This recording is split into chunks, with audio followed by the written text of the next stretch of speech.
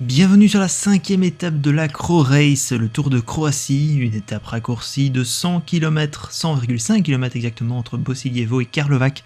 Le départ a été déplacé, le dernier tour de circuit supprimé en raison de routes inondées par les récentes intempéries qui ont touché la Croatie. Le peloton a donc démarré en cortège avant de poursuivre avec le départ réel à 100 km de l'arrivée. Et on le voit, le froid est encore présent même si la pluie a été un peu plus gentil avec les coureurs aujourd'hui.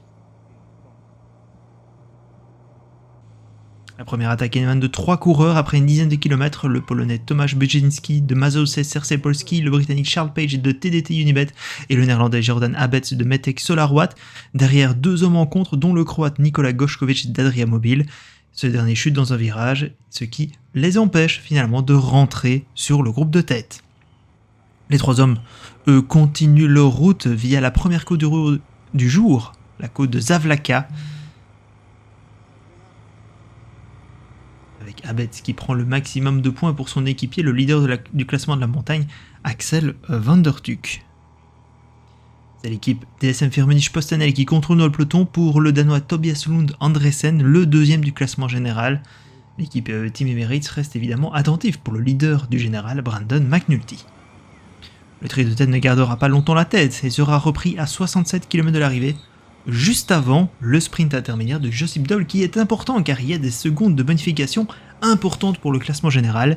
Ça joue donc des couilles entre UAE, DSM-Firmenich et Polti Comena. Et on le voit, c'est Juan Sebastian Molano qui s'offre finalement les 3 secondes de bonus devant Tobias Lund Andresen qui récupère ainsi 2 secondes sur le leader Brandon McNulty. McNulty qui est en maillot rouge, mais sous un kawaii parce que la pluie fait son retour sur le peloton. De nouveaux attaquants tentent leur chance à la sortie du sprint. Deux néerlandais, Jelle Johanning de TDT Unibet et Tim Marsman de Metec Solarwatt, mais ils ne tiendront qu'une dizaine de kilomètres car les équipes du général veulent encore contrôler en vue du prochain sprint intermédiaire. On voit l'étape est courte et nerveuse avec 3 sprints intermédiaires qui donnent tous 3, 2 et 1 seconde de bonification aux 3 premiers. L'équipe DSM-Firmenich qui prend encore les devants. À l'approche du deuxième sprint intermédiaire à 44 km de l'arrivée. Et cette fois-ci, Tobias Lund Andresen part de loin. Et il parvient à prendre les 3 secondes pour le premier.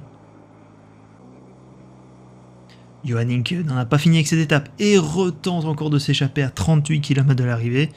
Mais il sera revu au pied de la dernière montée du jour, celle de Karevo Selo, 1 km à 7,5% de moyenne.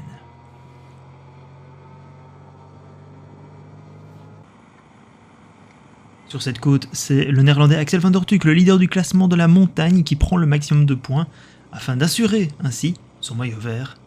Il n'aura pas beaucoup de concurrence pour cette dernière montée du jour.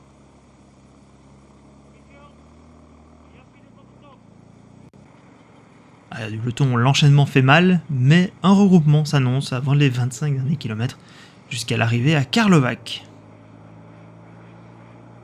Mais avant cela, on voit l'équipe DSM-Firmenich toujours attentive parce qu'à 9 bornes du but, il y a un troisième et dernier sprint intermédiaire.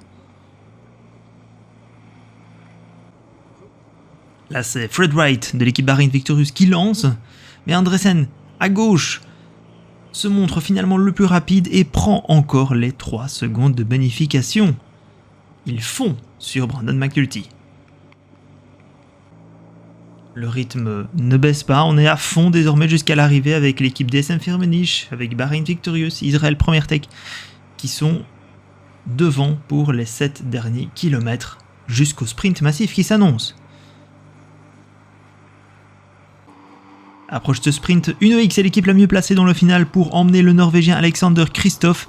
Ce dernier fait parler toute sa puissance. Et comme sur la première étape, il vient s'imposer, cette fois devant le champion d'Israël, Oded Kogut d'Israël Premier Tech, et l'Italien Giovanni Leonardi de Polti Cometa. Il s'agit donc de sa 2e victoire en 5 étapes et la 96e victoire de sa carrière. Au général, Brandon McNulty n'a plus que 14 secondes d'avance sur Tobias Lund Andresen avant la dernière étape à Zagreb. Ce sera demain.